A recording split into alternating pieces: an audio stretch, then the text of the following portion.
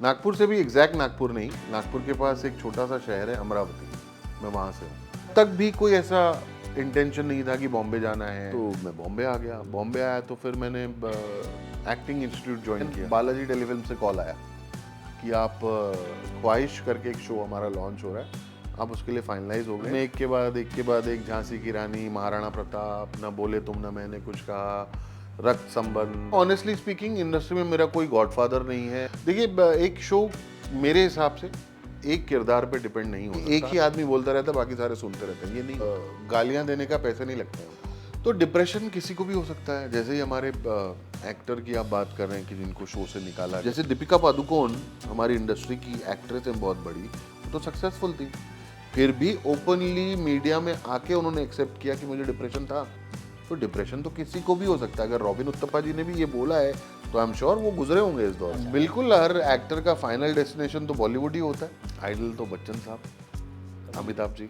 गोवा ना खाने जाता हूँ ना पीने जाता हूँ, मैं गोवा सुकून के लिए जाता हूँ। पुनीत पंजवानी अगर एक्टर नहीं होते तो बिजनेसमैन होते, नहीं क्रिकेटर नहीं होता। डेस्टिनेशन मेरा पूछेंगे कि आप जब एक्टिंग से आपका मन भर जाएगा तो आप क्या करना चाहेंगे, तो मैं प्रोड्यूसर ही बनना चाहूँगा। पर्सनल प्रॉब्लम नहीं होती है, बट अंदर किसी के क्या चल रहा है ये तो आपको पता नहीं। काजल और मेरी दोस्ती पहले दिन से शुरू, किसी का भी बर्थडे हो, किसी का भी कुछ भी हो, या कोई त्योहार हो, जैसे अभी क्रिसमस थी, तो सबसे पहले इनिशिएटिव पूरे सेट पे उसका। तो ये रूमर्स हैं, रेटिंग नहीं होती, जनक अच्छा नहीं कर रहा होता तो क्या मैं यहाँ पॉडकास्ट में बैठा होता? क्या आप छोटोन का नाम ले रहे होते, या आप अंकिता का, अप्पू का नाम ले रहे होते? क्योंकि व्यूअरशिप है, क्योंकि लोग काम सराह रहे हैं, लोगों को शो पसंद आ रहा है, इसलिए अप्रिसिएशन मिल रही है। अब हर शो की एक एक्सपायरी डेट तो होती है। जो भी चीज जिंदगी दुनिया में है उसकी एक एक्सपायरी डेट तो है। ऐसा तो नहीं कि भाई शुरू हुआ है तो ये खत्म ही नहीं होगा। हाँ हाँ, बड़े बड़े सारे झगड़े होते हैं, बड़े सारे होते हैं। अब नाम नहीं लूंगा, मेरा ही कुछ किसी के साथ ऐसा अनबन हुआ, ए छोटो इधर आओ इधर आओ इधर आओ, तुम हमारा सेकंड हीरो है, सेकंड हीरो। क्रिकेट यार, हम जहाँ थे और उस टाइम पे तो हमारे पास सोशल मीडिया था नहीं। आज की डेट में तो इंस्टाग्राम पे घंटों बीत जाते हैं तो आदमी को टाइम। हाय, मैं हूं पुनीत पंजवानी और आप मुझे देख रहे हैं अपनी कहानी glitter and glamour media podcast में। हेलो दोस्तों, मैं हूं नवीन। अपनी कहानी में आप सभी का करता हूं स्वागत। क्या आम क्या खास, यहाँ होगी सबकी बात और हम करवाएंगे सबसे मुलाकात। तो आज जिस शख्स से आपके मुलाकात कराने जा रहे हैं वो नहीं है किसी भी पहचान के मोहताज, जिनका नाम है Puneet Panjwani. Thank you hello sir. Naveen ji. So thank you so much. आपने इतने अपने बेशकीमती टाइम निकाल कर आज आप हमारे साथ हमारे थैंक यू, पॉडकास्ट में आपने मुझे इनवाइट किया, thank you so much. Sir, पहले तो हम आपसे जानना चाहेंगे कि कितना टाइम लगा आने में। आने में बस थोड़ा सा टाइम लगा, ज्यादा टाइम नहीं लगा। ओके सर, बेसिकली हम पॉडकास्ट में अपनी कहानी जो पुनीत पंजवानी की जो कहानी है अब तक, पुनीत पंजवानी को पुनीत पंजवानी बनने के लिए क्या क्या करना पड़ा, ए टू जेड हम सारी कहानी आपसे जानेंगे। जैसे हम शुरुआत आज करते हैं आपके एक छोटे से गांव से, जहाँ तक हमने सुना है कि आप नागपुर से बिलोंग करते हैं।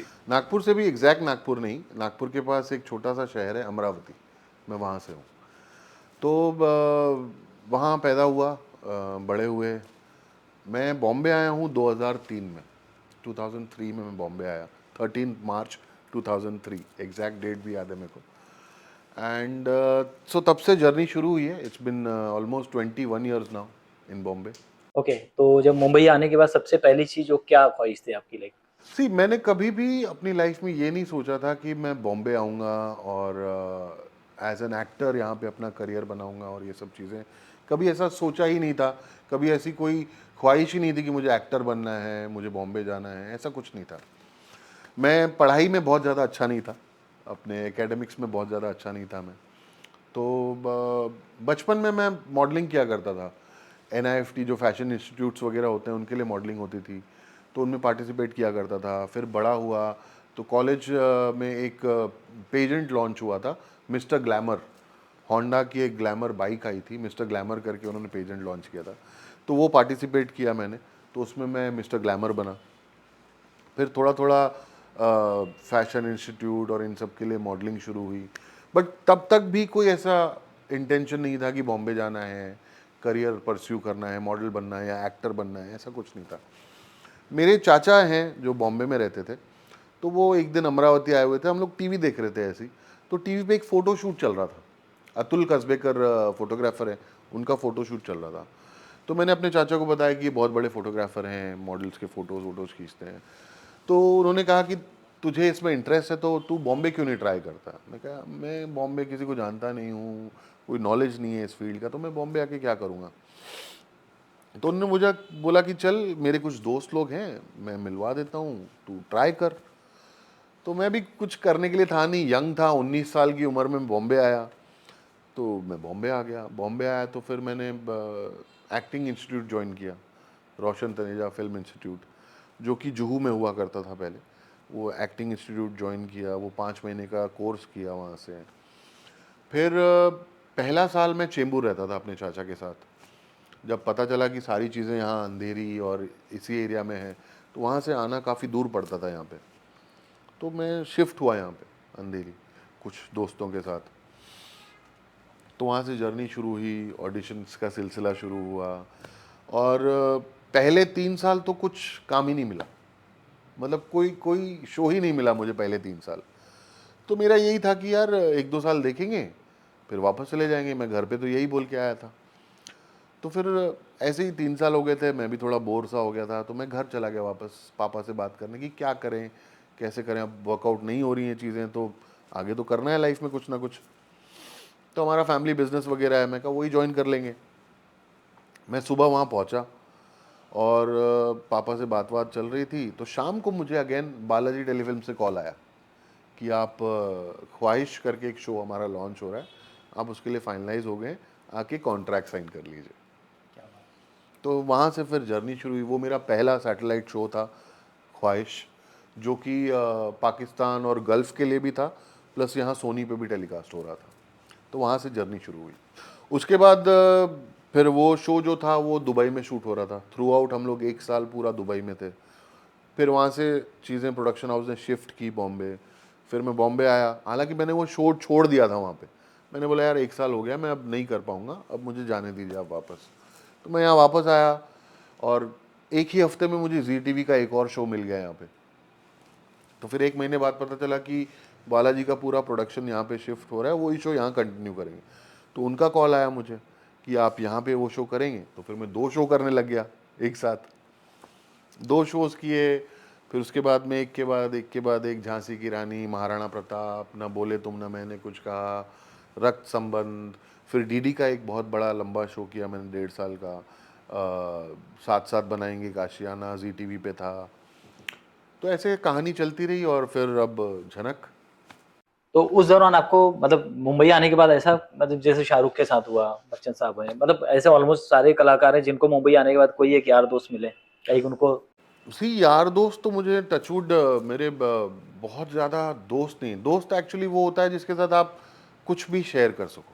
जानने वाले बहुत हैं, दोस्त बड़े गिने चुने हैं मेरे, जिनके साथ मैं अपना लाइफ शेयर करता हूँ या कोई भी प्रॉब्लम होती है तो शेयर करता हूँ। यस, यहाँ पे भी आके बहुत नहीं दोस्त उस मिले उस मुझे। दौरान भाई इंडस्ट्री में आपको काम इंडस्ट्री में ऑनेस्टली स्पीकिंग, इंडस्ट्री में मेरा कोई गॉडफादर नहीं है, कोई ऐसा दोस्त नहीं है जिसने मुझे कभी हेल्प की हो कि भाई ये काम मैं तुझे दिलवा दूंगा या यहाँ तू मेरा नाम बोल के चला जा। नहीं, मैंने जो भी काम किया है ऑडिशन दे के अपनी मेहनत से रोल हासिल किया। कोई भी गॉडफादर नहीं रहा मेरा कभी भी। तो ऐसा कभी हुआ कि लाइक झनक जैसे झनक की बात की आपने, झनक तो मुझे जहाँ तक याद है कि 6 महीने तक तो नंबर 1 भी टेक्निकली हो ऑलमोस्ट चुका नंबर हो 1 गया थे था हम लोग 6 ऑलमोस्ट। महीने तक। टेक्निकली अगर हाँ नंबरों का आंकड़ा जी अगर हम देखें, तो टेक्निकली नंबर 1 भी कई बार वो रह जी, चुका था। बट सेकंड नंबर पे तो आई थिंक हमेशा ही थे। 6 महीने तक उसने या लीड किया बिल्कुल था। बिल्कुल बिल्कुल। बट अभी अचानक क्या हो गया अचानक से? सी अभी क्या क्या हुआ है कि एक तो ठंड का मौसम है। नॉर्थ में अगर आप जाएंगे तो वहाँ पे 8 के बाद सब शट डाउन हो जाता है, लोग सो जाते हैं, सारी चीज़ जल्दी रैप अप हो जाती है। हमारे शो का टाइम स्लॉट अब जो है, अब पिछले 3 महीने से हम लोग 1 घंटे का एपिसोड दे रहे हैं, 10:30 से 11:30। सो 10:30 का जो स्लॉट है उसमें अगर आप हमारी रेटिंग्स देखेंगे तो वो बहुत बढ़िया है। 11 बजे के बाद क्योंकि ऑडियंस देखना बंद कर देती, लोग देखते नहीं इतनी ज़्यादा, जागते नहीं है, तो वो चक्कर अगर आप एवरेज आउट करेंगे उस चीज़ का, इसीलिए आप डिप देख रहे हो टीआरपी में। यही अगर आप 10:30 to 11 अगर आप झनक देखोगे तो हम लोग दूसरे या तीसरे नंबर पे ही हैं। तो बात झनक की ही करते हैं। झनक में जैसे मुझे याद है कि मैंने किसी एक बड़े एक्टर का इंटरव्यू देखा था। उन्होंने कहा था कि लाइक मैं शोले देखने देखने गया था धर्मेंद्र जी की वजह से, बट मैं जब उस फ़िल्म को देखकर निकला तो मेरे माइंड में सिर्फ बच्चन साहब थे। तो ऐसे पुनीत सर को मैं जब झनक शूट करने गया था तो और भी वहाँ पे बहुत महारथी लोग हैं, एक्टर, एक्ट्रेस मतलब सब भरे पड़े हैं जिनको काफ़ी अच्छा अनुभव है और मेन लीड में काउंट होते हैं वो। धर्मेंद्र जी भी मेन लीड में हुआ करते थे। अगर टेक्निकली आप देखो तो बच्चन साहब का रोल क्या है?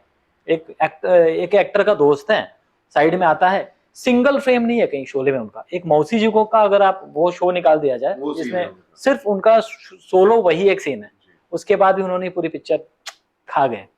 तो मैं भी ये कहना चाहूंगा कि सर झलक आप पूरा खा गए। अरे सर थैंक यू, बहुत बहुत शुक्रिया इस बात के लिए, ये आपका बड़प्पन है, आप ऐसा बोल रहे हैं। बट देखिए एक शो मेरे हिसाब से एक किरदार पे डिपेंड नहीं हो सकता अनटिल अनलेस कहानी उस किरदार की हो।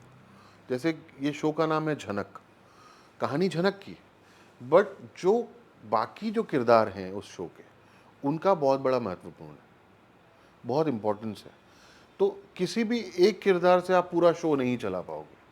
आपको वो कैरेक्टर्स, वो कॉम्बिनेशन, वो कास्टिंग, और टचवुड झनक की जो कास्टिंग है वो इतनी अच्छी हुई है बाय डिफ़ॉल्ट, मतलब इतने अच्छे से सारे मिले जुले हुए हैं कैरेक्टर। आप एक एक कैरेक्टर उठा के देखिए, एक एक में आपको इंडिविजुअलिटी दिखेगी, चाहे वो अप्पू हो, चाहे वो नेगेटिव्स कैरेक्टर अर्शी हो, चाहे वो शुभो हो, चाहे या छोटोन का कैरेक्टर हो या बड़ो बौदी हो। तो आपको एक एक कैरेक्टर इंडिविजुअल दिखेगा, हर एक की अपनी अपनी कहानी छोटी कहीं ना कहीं आपको मिलेगी। तो वो एक प्लस पॉइंट है झनक का, जो ऑडियंस को भी पसंद आया कि it's not only about hero heroine, बाकी लोग भी हैं, बाकी किरदार भी हैं। और राइटर्स की मैं दाद देना चाहूँगा, प्रोड्यूसर्स की मैं दाद देना चाहूँगा कि जो लिखावट है इस शो की वो सबके लिए है, कोई एक के लिए नहीं है कि भाई ये कैरेक्टर, ये हमारी हीरोइन है तो हीरोइन ही बोलती रहेगी। आम जिंदगी में भी ऐसा नहीं होता कि एक ही आदमी बोलता रहता है बाकी सारे सुनते रहते हैं, ये नहीं होता। यहाँ पे हर एक के लिए डायलॉग्स हैं, हर एक के किरदार का एक बोलने का तरीका है, एक पैटर्न है। तो वो एक चीज़ बहुत अच्छी है हमारे राइटर्स की, इसीलिए सीन करने में भी बहुत मज़ा आता है। सर के साथ मैंने एक शूट किया था, इंटरव्यू लिया कुछ 5 या 6 मिनट का है, जिसमें मैंने इनको बोला था कि एक फैंस ने कमेंट किया कि ये झनक ना बना के शोले बना दिया आपने। शायद आपको इंटरव्यू याद भी होगा कि एक चींटी का रोल जो था वहां से लेके धर्मेंद्र धर्मेंद्र संजीव कुमार साहब, वैसे सर का जो कैरेक्टर नेम है आप सबको पता ही है, छोटवन नाम है जो भी है, एक छोटे से रोल को मतलब जो लीड एक्टर है उससे कंपेयर किया जाता है और शायद कभी कभी उससे तगड़ी स्क्रिप्ट सर के पास जी होती है। मतलब वही मैं बोल रहा हूँ ना, जो लिखावट है इस शो की, ये उसकी खासियत है कि हर कैरेक्टर को इतना इम्पोर्टेंट बनाया उन्होंने कि ऑडियंस, अब आप एक फैमिली अगर देखेंगे जहाँ पे जॉइंट फैमिली है, 15 लोग हैं, तो वहाँ आपको ये किरदार मिलेंगे। एक मौसी होगी जो टेढ़े मुंह से बात करेगी, एक होगा जो अपनी एटीट्यूड में रहेगा, एक छोटोन भी होगा जो हर किसी की हेल्प करेगा, उसके दिल में किसी के लिए कोई मलाल नहीं है, किसी के अगेंस्ट कोई दुश्मनी नहीं है, जो आएगा उसकी हेल्प करना चाहेगा, आउट ऑफ द वे जाके हेल्प करेगा। तो ये फैमिली में जो होता है ये ऐसे किरदार होते हैं, और यही खासियत है जनक की कि एक कैरेक्टर के ऊपर डिपेंड नहीं है शो, सब इम्पोर्टेंट है।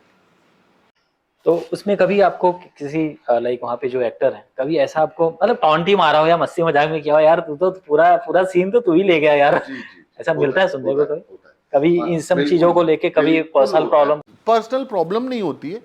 सी क्या होता है कि जैसे कि आप अगर देखेंगे आप 12 से 13 14 घंटे आप सेट पे होते हो, तो हर कोई ना अपने बेस्ट में होता है, अपना बेस्ट फेस सामने रखता है, बट अंदर किसी के क्या चल रहा है ये तो आपको पता नहीं है। बट हर एक हमारा टचवुड रेपो, सबके साथ जो रेपो है, सबकी जो आपस में दोस्ती है वो बड़ी अच्छी है। किसी को कोई इनसिक्योरिटी नहीं है, कोई किसी के कैरेक्टर के लिए ये नहीं है। इनफैक्ट हमारे यहाँ पे हम लोग जब सीन कर रहे होते हैं तो अगर कोई बंदा सपोज कुछ गलत भी बोल देता ना, तो सामने वाला उसको करेक्ट करता कि भाई यहाँ तू गलत जा रहा है यार, ये गलत हो रहा है। और ऐसा नहीं कि कोई ईगो में ले लेगा कि यार मैं तो सही बोल रहा हूँ, मैं गलत बोल ही नहीं सकता, ऐसा भी नहीं। हाँ अच्छा ऐसा बोला मैंने तो ठीक है मैं करेक्ट कर लेता हूँ। कोई जेलेसी वाली फीलिंग अभी तक तो मुझे दिखाई नहीं दी। तो लाइक बट हाँ सीन कभी कभी ऐसा होता है कि किसी एक्टर के ज्यादा डायलॉग होते हैं, किसी एक्टर को ज्यादा इंपॉर्टेंस होती है थोड़ी बहुत सीन में, बिकॉज कहानी के अकॉर्डिंग सीन लिखा जाता है ना, जो ट्रैक चल रहा होता है कुछ होता है। तो वहां पे अगर आपने अच्छा परफॉर्म किया तो सारे आपको अप्रिशिएट करते हैं, अगर आपने नहीं किया तो फिर बोलते हैं कि भाई ऐसा कर ले, ऐसे ठीक कर ले, वो भी होता है। हमने देखा है कि एक सर आपका कैरेक्टर और ऊपर एक अपू जी का कैरेक्टर। बात नवीद की करें तो मुझे स्पेशली छोटुअन के बाद अगर किसी का कैरेक्टर अच्छा लगता था तो वो अंकिता, यानी कि अपू दी। बहुत ही प्यारा कैरेक्टर था सर उनका। आई मीन था, शायद उन्होंने बहुत कम पीरियड के लिए उनको रखा गया था।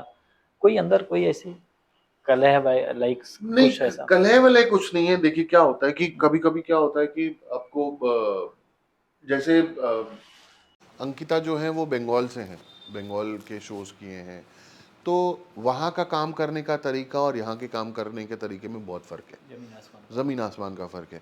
वहाँ क्या होती है, वहाँ चीज़ें बहुत स्मूथ चलती हैं, बहुत बैंक होता है। यहाँ पे प्रेशर बहुत ज़्यादा होता है काम का, क्योंकि आज आपको शूट करना है, कल टेलीकास्ट होने वाला है वही चीज़। तो प्रेशर के वजह से होता है कि कभी ये अवेलेबल नहीं है तो चलो ये कहानी हटा देते हैं, ये कहानी ले आते हैं। तो क्योंकि शो रुकना नहीं चाहिए, शो तो रुक ही नहीं सकता किसी के होने ना होने से। तो वो वाली चीज़ है। बट हाँ, जैसे कि आप बोल रहे हैं, मेरा और अप्पू का कैरेक्टर बहुत ज़्यादा अप्रिशिएट किया गया है, हमारी ऑडियंस को बहुत पसंद आया हमारा रोल। और वही है, राइटर्स ने इतनी खूबसूरती से दोनों कैरेक्टर लिखे हैं, तो मज़ा भी बहुत आता है काम करने में। इवन हम मीडिया वाले जाते थे सेट पे तो हमको कोई नहीं दिखता। मिल गए सर, मिल गए पुनीत सर, अंकिता मिल गई, काजल मैम मिल गई। मतलब हमको जरूरी नहीं कि हमको कोई मेन लीड ही मिले, हम इंटरव्यू ले फिर हम निकले, क्योंकि सर के इतने चाहने वाले होते थे, इतने लाइक आज भी मुझे याद है इतने भर भर के कमेंट्स आते हैं, आपको आज भी आते हैं। जी बिल्कुल। सर के प्रीवियस इंटरव्यू आप देख सकते हैं जाके, यूट्यूब पे अभी भी है। बट नई चीज आज हम फिर से पूछेंगे इनसे। सर काजल मैडम के साथ कैसी बॉन्डिंग रही और कहाँ से आपकी दोस्ती शुरू हुई? काजल और मेरी दोस्ती पहले दिन से शुरू हुई। एक्चुअली जब मैं एयरपोर्ट पे पहुंचा तो मुझे काजल दिखी और हमारी दादी दिखी, मेरी माँ दिखी, जो हमारी माँ प्ले कर रही हैं, माधुरी मैम। तो ये दोनों, हम लोग की फ़्लाइट टिकट साथ में थी, हम लोग तीनों एक साथ बैठे हुए थे। तो वहाँ से हमने बातचीत करना शुरू हुई। फिर नेक्स्ट डे जो पहला सीन हमने शूट किया वो भी हमारा साथ में था। वो एक घाट पे सीन शूट कर रहे थे जहाँ मैं अप्पू को बचाने जाता हूँ, अप्पू पानी में गिर जाती है तो मैं उसको बचाने जाता हूँ। तो सीन का सेटअप हो रहा था, काफ़ी टाइम था। तो काजल, आपको पता है, आप जानते हैं वो इंस्टाग्राम और सोशल मीडिया ये सारी चीज़ों में ज़्यादा इन्वॉल्व है वो। तो वो फ़ोटोज़ क्लिक कर रही थी अपनी, खुद ही फ़ोटो सेल्फी ले रही थी। तो मैंने उनको बोला कि चलो मैं आपकी फ़ोटोज़ क्लिक कर देता हूँ। तो वहाँ से हमारी दोस्ती शुरू हुई। तो she is like my sister. अभी भाई बहन वाला है, अब दिन में 2 बार लड़ते भी हैं, फिर सॉरी बोल के खाना भी साथ में खाते हैं। काजल के बारे में कोई एक ऐसी चीज बताओ जो सुन के बहुत एंजॉय करे आज ये पॉडकास्ट पे, भले छोटा ही हो लेकिन बताओ जरा। एंजॉय करे या चिढ़ जाए, जो भी हो, मतलब कुछ तो मुझे फोन करके बोले नवीन क्या किया तुमने ये। काजल की एक सबसे अच्छी चीज़ मुझे ये लगती है कि शी इज़ वेरी केयरिंग। हमारे किसी का भी बर्थडे हो, किसी का भी कुछ भी हो, या कोई त्यौहार हो, जैसे अभी क्रिसमस थी, तो सबसे पहले इनिशिएटिव पूरे सेट पे उसका होगा कि यार इसका बर्थडे आ रहा है तो चलो केक मंगवाएं, या क्रिसमस आ रही है तो चलो वो एक गेम खेली थी हमने, सीक्रेट सेंटा, कि आपको चिट निकालनी है, किसी का नाम निकलेगा उसमें से, बताना नहीं है आपको, उस बंदे के लिए या बंदी के लिए आपको गिफ्ट ला के रख देना है, और वो बंदा गेस करेगा कि ये गिफ्ट कौन लाया आपके लिए। तो ये गेम खेली हमने बिकॉज ऑफ काजल। काजल ने ही इनिशिएटिव लिया कि सीक्रेट सेंटा हम लोग गेम खेलते हैं। तो ये चीज़ बड़ी अच्छी लगती है कि वो एक, मतलब वो फैमिली की तरह जोड़ के रखती है सबको। हम लोग खाना भी उसी के ही रूम में खाते हैं सारे के सारे साथ में। ओके, चलो मैडम, आपके लिए बहुत अच्छा बोला है सर ने। सर न्यूज़ को कितना फॉलो करते हैं, जो आए दिन आजकल जो चैनल्स चल रहे हैं? जी, न्यूज़ जो भी सोशल मीडिया से मुझे मिल जाता है मैं वो ले लेता हूँ, बिकॉज अभी न्यूज़ बैठ के देखने का टाइम नहीं होता हमारे पास। बिकॉज घर आने के बाद जब 12-13 घंटे का काम करके आप आते हो तो आपको थोड़ा रिलैक्स चाहिए। फिर मेरी बेटी भी है, उसको भी टाइम देना होता है, फैमिली है, तो वो टाइम नहीं मिलता न्यूज़ देखने का। बट हाँ, सोशल मीडिया और ये सारी चीज़ें मैं फॉलो करता हूँ, अपडेटेड रहता हूँ। क्योंकि आए दिन मैं कुछ कुछ न्यूज़, बड़े बड़े, मैं उनका नाम यहाँ नहीं लेना चाहूंगा, झनक गोइंग टू ऑफेयर लाइक इस दिन मैं जी। टेंशन में, मैं बोला अरे इतना अच्छा शो चल रहा है, झनक ऑफेयर कैसे जा रहा है। फिर बाद में डेट देखा मैंने, डेट लिखा हुआ है जैन में इतने टाइम को चला जाएगा। बाद में वो पता चला लाइक वो शायद झनक के लिए नहीं था, वो कोई एक अदर शो था, लाइक दुर्गा शो था उसके लिए। तो जब इस तरीके की न्यूज़ आती है लाइक उस पर क्वेश्चन मार्क भी रहता है, आप पसंद करते हैं उसे लाइक ऐसे जी कि ऑनेस्टली फर्स्ट ऑफ ऑल क्या होता है ना कि रूमर्स बहुत होते हैं हमारी, जब से ये सोशल मीडिया आ गई है ना, तो बहुत सारी चीज़ें जो होती भी नहीं है बट न्यूज़ में आ जाती हैं। जैसे इनका इनका आपस में झगड़ा हो गया, हुआ ही नहीं, वो न्यूज़ में। अरे भाई ये कब हुआ? वो दोनों साथ में बैठ के चाय पी रहे होंगे बट आएगा कि झगड़ा हो गया। तो ये रूमर्स हैं। जब तक, मुझे एक चीज़ बताइए, आज की डेट में भी हमारे शो का 1 घंटे का स्लॉट होने के बावजूद भी इतनी अच्छी रेटिंग है। सी क्या होता है, पीआरपी का जो ये चक्कर है, ये आज तक तो मैं समझ नहीं पाया हूँ ये चक्कर क्या है। आप एक 8 बजे वाले को भी वही स्लॉट में रखते हो, 9 बजे वाले को भी वही स्लॉट में रखते हो, 10 बजे वाले को भी वही स्लॉट में रखते हो, 11 बजे वाले को भी वही स्लॉट में रखते हो। तो ये चक्कर क्या है?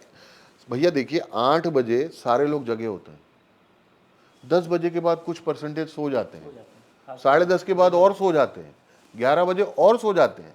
हर कोई तो हमारी तरह नहीं होता ना, रात को 1 बजे तक जागता रहेगा। तो सीरियल जो बनते हैं वो फैमिली ऑडियंस के लिए बनते हैं, फैमिली ऑडियंस जल्दी सो जाती है। फिर भी आज की डेट में, आज सिनारियो थोड़ा चेंज हो गया है, लोग थोड़ा ज़्यादा जागते हैं। 10:30 से 11 मैक्स आदमी टीवी देखे, उसके बाद तो आप फैमिली से भी बात करोगे ना। Exactly exactly. तो आज भी अगर आप हमारी रेटिंग देखेंगे, हमारे 1 घंटे के एपिसोड के हिसाब से, 1 घंटा किसी सीरियल को बैठ के देखना इज़ वेरी डिफिकल्ट, ईजी नहीं। ये फिल्म नहीं है, या शाहरुख खान नहीं है फ्रेम में कि पब्लिक 1 घंटा बैठ के आपको देखेगी, राइट? तो ये सारे सिनारियो होते हैं, ये सारे पैरामीटर्स होते हैं।